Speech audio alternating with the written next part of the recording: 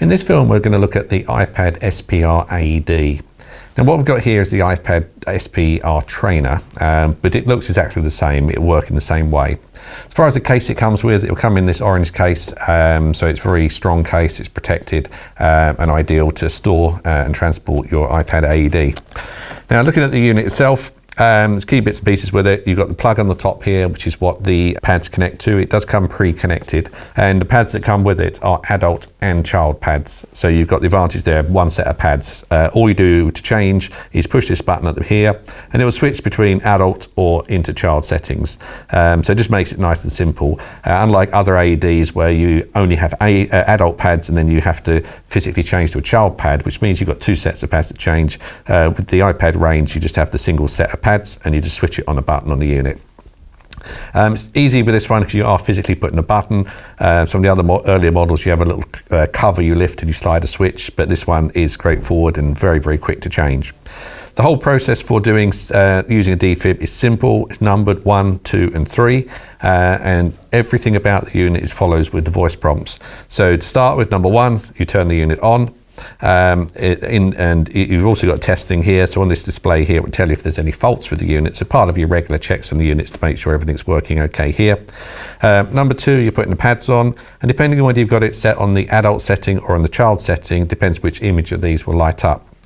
Once the pads actually are on correctly, the unit will automatically go into analysing mode. So it'll be telling you then to stand clear of the patient, analysing heart rhythm.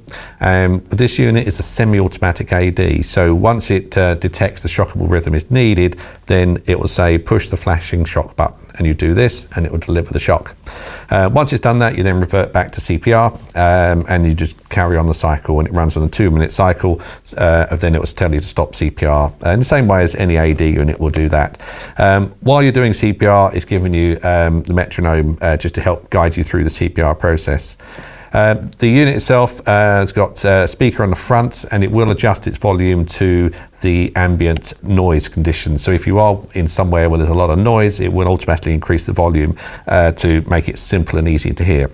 Unit itself, when you're doing your main checks on the unit, you just literally make sure everything's functioning. You can turn the unit on just to make sure everything's working. When you first turn these units on, you'll find everything lights up. You see all the lights are on there, so it's quite easy to see whether there's a fault with any of the bulbs. Because what you wouldn't want to do is to be maybe a fault with the bulbs on here, so it's not displaying correctly. So part of your regular checks would just be turn it on. Check the pads. I say this is a trainer unit, so it's got used pads in it, but check the pads while you're doing that as well. Just make sure everything's all okay with them. But the pads on this unit are stored in the back, and if you need to, you can put a new battery in. But it's a very, very good unit. It's got a very good rating on IP66 rating, so you can use this unit in some of the harshest conditions. So if you're out on a boat in the middle of the sea, or you're out in the rain or in a very harsh environment, it's very, very good. It's a good overall unit to use in pretty much any conditions. So this is the iPad SPR AED.